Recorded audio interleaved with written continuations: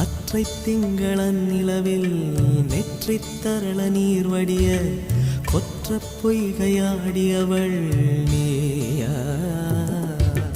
திருமகனே திருமகனே நீ ஒரு நாழிகை பாராய், வெண்ணிற புறவியில் வந்தவனே மேல்விழி மொழிகள் கேளாய். அற்றை திங்களன் நிலவில் கொற்ற பொய்கையாடுகையில் ஒற்றை பார்வை பார்த்தவனும்